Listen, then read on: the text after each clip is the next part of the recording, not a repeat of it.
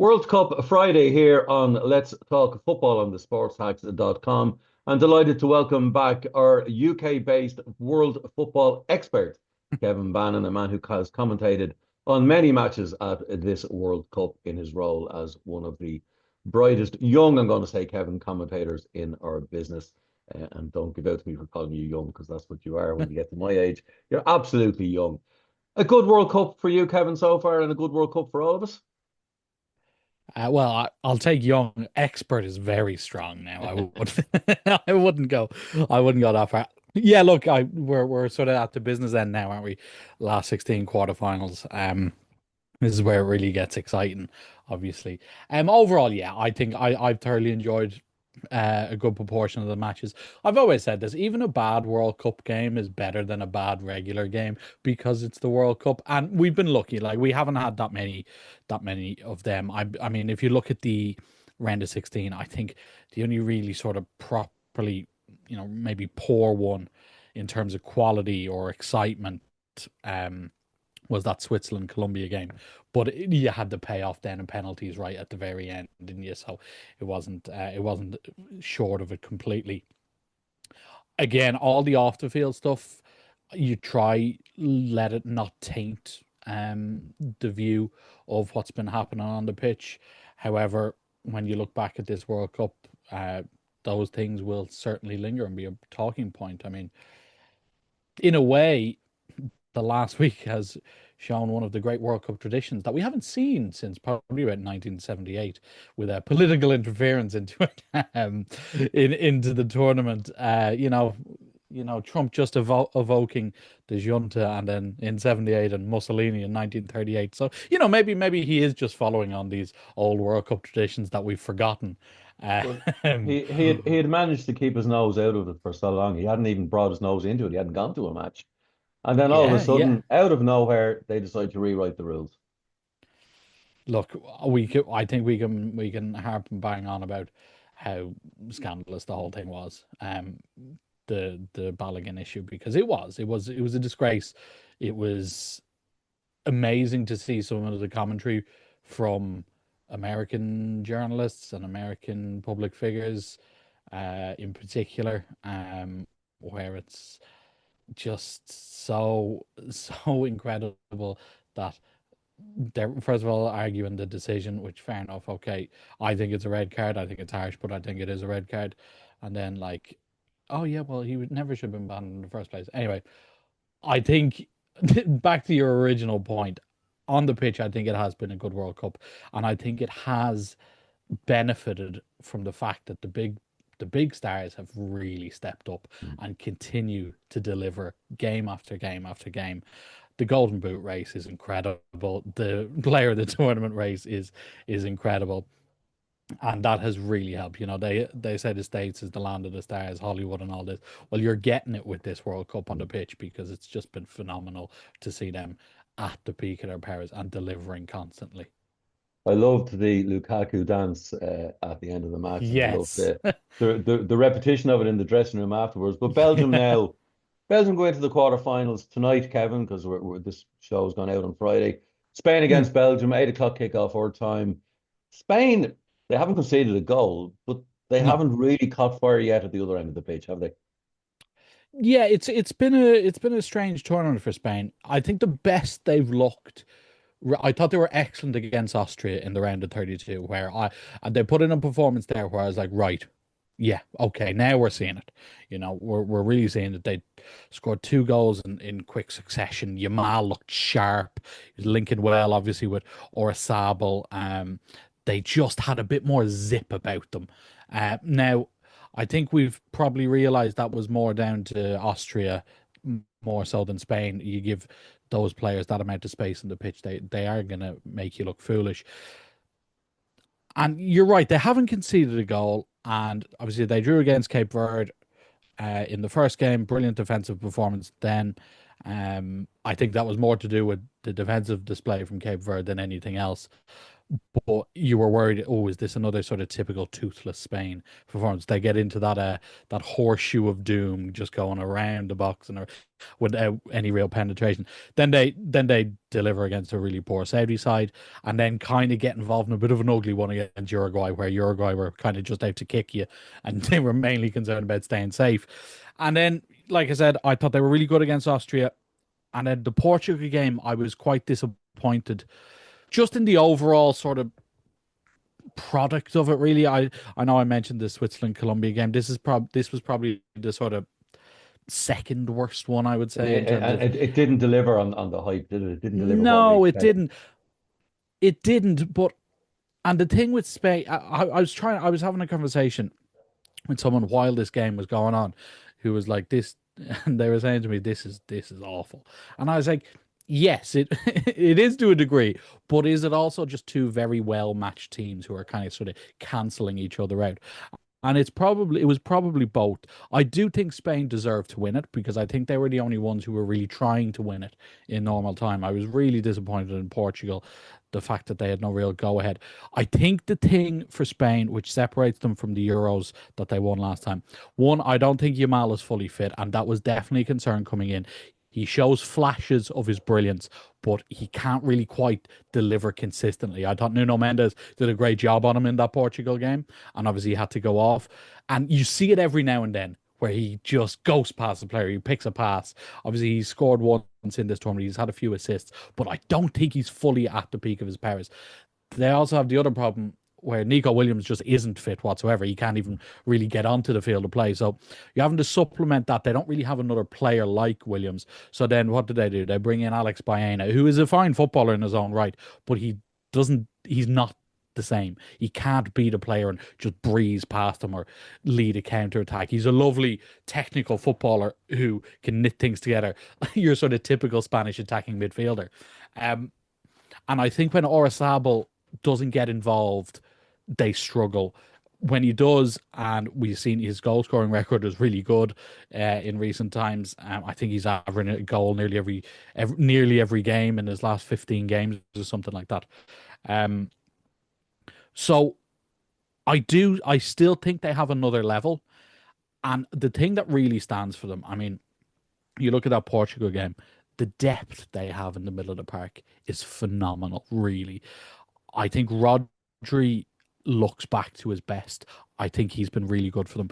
But then you say, okay, right, well, Pedri is fantastic. Maybe he wasn't going his way. Dani Olmo, same, wasn't really going his way. Okay, well, we'll bring on Mikel Merino and Fabian Ruiz. We also have Gavi and Martin Zubimendi sitting on the bench who didn't even get a run out. I mean, that wealth of options is staggering, really. No one else has it in that area of the park. You could play any of them, and they wouldn't look out of place. And obviously, Marino got the goal to win it. And would you think they're going to have too much for Belgium? I Yes, I do think they will. I must say, I know obviously we're journalists and we're objective, but we're supposed to be. Um, but I really wanted Belgium to win that game against the States, and you mentioned the Lukaku thing. And to be fair to them, like it's kind of amazing that they're here. They got absolutely battered against Senegal, and I thought they were really poor, and then somehow win the game. They were much better, obviously against the States. And I tell you, it was a big, big call from Rudy Garcia, their manager. This is his last ever job in football management. Doesn't start De Bruyne, doesn't start Doku. And it worked. It really worked. I think Tielemans has been really good for them, I must say. I think he's been excellent. And then, to be fair, he's had a lot of criticism over the course of his career. Lukaku, talk about impact. Every single game he's come on, he's made a positive impact to that Belgium team. And he's So wanted the I think ball. they could, The minute he's come on, he's wanted the ball. He's yes, wanted it brought into him. yeah, exactly. And he's a different type of challenge that this Spain defense, like you mentioned, they haven't conceded, and you've Laporte and Kubarsi back there too. Obviously, very different players at different ends of their career, and you do wonder if it's sort of tight, and you stick Big Rom up for the last 20 minutes. He's still a handful, no matter like Mm. okay, he may have lost a step, but my God, can he get that ball in? And he knows where the goal is. So I do expect Spain to have too much for Belgium, but I after being totally sort of like dismissive of them, I'm like, you know what? Maybe they can still cause some issues. And maybe it's because he's sort of turning away from the older fellas like your De Bruyne's and Lukaku's and using them as impact subs rather than trusting them from the start. We're going to look then at England against Norway. We will be watching this match with great interest, as always, at 10 o'clock on Saturday night. Haaland likely to be up against John Stones. Do England have enough? Does John Stones have enough to stop this machine? I don't know if anybody can stop him, but I think you just have to contain it as much as you can. You do your best and you see what happens. Look, we've seen games from Manchester City where he has had basically little to no impact on proceedings. Norway play obviously slightly differently, where they just basically try to get him involved as much as possible by playing from out wide and throwing crosses into the box and getting them in good positions through Odegaard and whatnot. So I think it's basically an impossible task to stop him. And like against Brazil, he was barely involved in the game. He wasn't involved in the game whatsoever, but it doesn't matter. It really does not matter. The first goal, brilliant centre forwards goal. Movement is fantastic. Gets above Gabriel, brilliant header. And I don't think I've ever seen him score a goal like that second one, where he just rifles it into the bottom corner from outside the box. It was more De Bruyne than Haaland, wasn't it? It really was. It really was. Yeah, I remember De Bruyne scoring a goal against Brazil like that in the World Cup in 2018 from the edge of the box. But this England game is interesting. I have sort of wavered and been drawn back in on where this England team can go over the course of this tournament, very, very much based on their performances. I think England will be kicking themselves if they don't get to the final. And that's because of the side of the draw they're on. I think they'll be something will have gone pretty wrong for this England team on this side of the draw not to get to a World Cup final. A big statement, because I mean Norway will be underdogs. We know that, but they do have Haaland, and then Argentina potentially in the semi-final. It is, but I think given what we've seen from England and given what we've seen from all other three, let's not rule out Switzerland now, Carl. On that side of the draw, I think they'll be kicking. They will, and should maybe a bit strong, but they definitely will believe they're the best team on that side of the draw. And I know we're gonna get on to Argentina and Messi a bit later on. And yes, Norway have been impressive. Of course they have. But I think they have more glaringly obvious weaknesses than England do. Oh. And that Brazil game, Oyen Neeland played absolutely out of his skin. Oyen Neeland is the backup goalkeeper to Sevilla for a reason. He hasn't been a number one at a club football for a few years for a reason. He was fantastic against Brazil, pulled off some miraculous save, particularly the deflected effort that was going in. Is he going to have a game like that again? I don't know. They don't have any fit right backs. Ryerson's only coming back from injury. They had to play Arsenal at right back as well. They're strong through the middle. You've Sander Berge, you've Odegaard, you've Haaland. I really like Antonio Nusa, and I think Bob is impactful. Defensively, I'd worry about them. They gave up a lot of opportunities against Brazil, But is there not who should have been level. Yeah, is there not still a question mark about the English defence as well, though? I mean, they've hemorrhaged right backs since even before the tournament started. Don't get me wrong. There's a question mark about the England defence, and I think they've proven everybody that is the main worry for this team. But what have we talked about with England in this tournament so far? Moments players, Harry Kane and Jude Bellingham. Are they better as a combination than Haaland and Odegaard? Probably just about. And I think that will be the winning of the game. Like, it kind of doesn't matter how badly or poorly England have played, because those two have constantly stepped up. Now, Kane traditionally has faded physically, particularly as these tournaments have gone on. We'll see. He's coming off his best ever season, so he might just continue going from strength to strength. I think Bellingham is just that he's just a big time player who steps up in big time moments, and it'll be interesting to see how they recover from the Azteca, because it was a very different type of a performance, really. One where they had to dig in and obviously sit back and defend. The fact that this game is in Miami as well, which doesn't really suit either team conditions wise. I mean, you've just come back from Miami. You can probably Yes. tell us more so You can than see by anything. you can see by the color of my face, Kevin. That's only from standing Yeah. around. So Yeah, it'll look, be it interesting. is. But and the other thing, bringing is they're coming down from altitude as well. I mean, it didn't seem to affect Exactly. them during the game, but it's afterwards I think you start to see the Yeah. cost of them. Who knows? Oh, look, I'm very interested. I think it'll be tight, but I do think England will prevail. And Mm. like I said, I think they have a great chance I think they'll be kicking themselves if they don't make a final. I have to say, in relation to Jude Bellingham, I'm sure you've seen it. There was a video going around from the mixed zone of the Venezuelan reporter who's sitting in a wheelchair, and Yeah. as usual, as happens in these things, the players walk by. I remember the World Cup in South Africa, David James was walking by the England media and on his phone, pretending to be on his phone, so they didn't have to talk to him. And next thing, the phone rang, which was slightly embarrassing for everybody concerned. But Bellingham did. He was the only one to stop and talk. And I'm not being patronising to the journalist, but I just thought No. it was an indication of this man, who I'm told has an attitude problem, who I'm told wasn't in the squad because Tuchel didn't like his influence around other players, etc. But that impressed me, and his performances on the pitch. Maybe that was the kick in the arse he needed from Tuchel to be left out. This whole attitude thing, I don't know. I don't know how much I buy it. A lot of it comes from the English media who and I don't know if you've seen the clip of Ian Wright speaking, and he's in a much better position to speak on this than me about Bellingham and how he's treated and how the English media are potentially reluctant to have a young black superstar of a player who has confidence, who believes in his own ability, who moved to Real Madrid when he was 21 years of age and was one of the best players in that team. It's a really interesting, and I'd encourage everyone to dig it out because Ian Wright, as we know, uh, speaks very well on a lot of things, and this is one of the things he has spoken about. I think the attitude thing is mostly nonsense. Look, he's narky, and that's fine.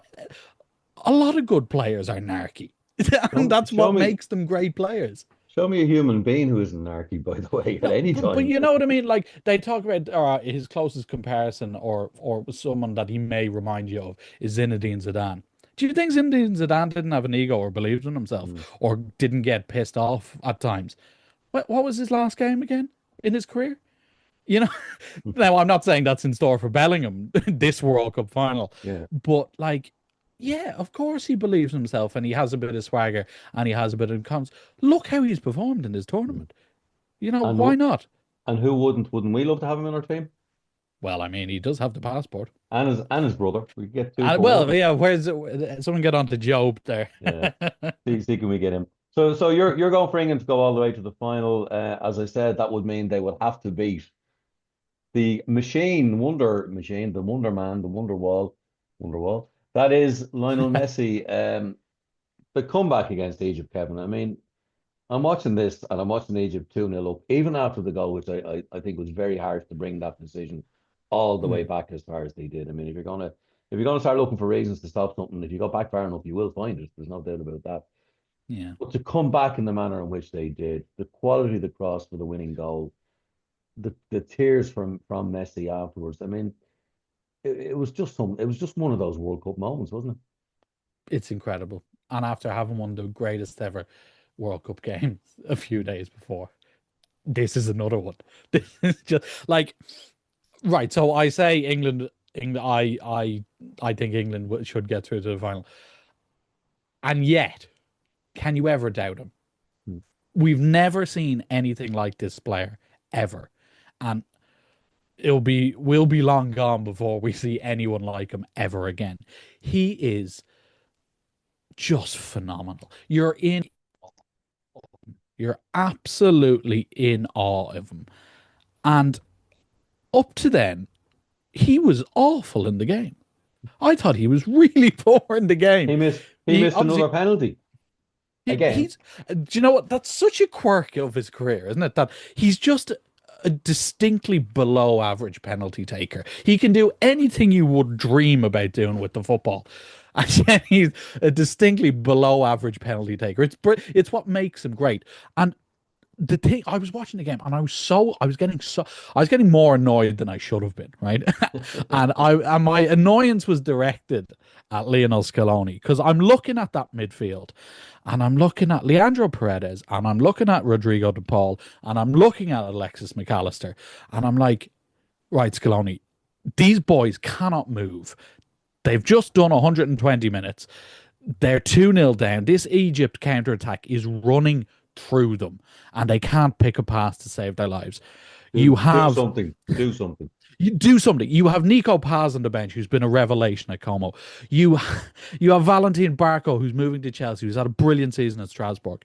You have Giuliani Simeone, who will, he has a few faults, but he'll run for you. He will run and try to make things happen. And then he brings Nico Gonzalez off the bench. I'm like, okay, right. He's changed something. And I thought Gonzalez was good because he moved out wide. And then you're like, oh, Messi's come away from the middle there.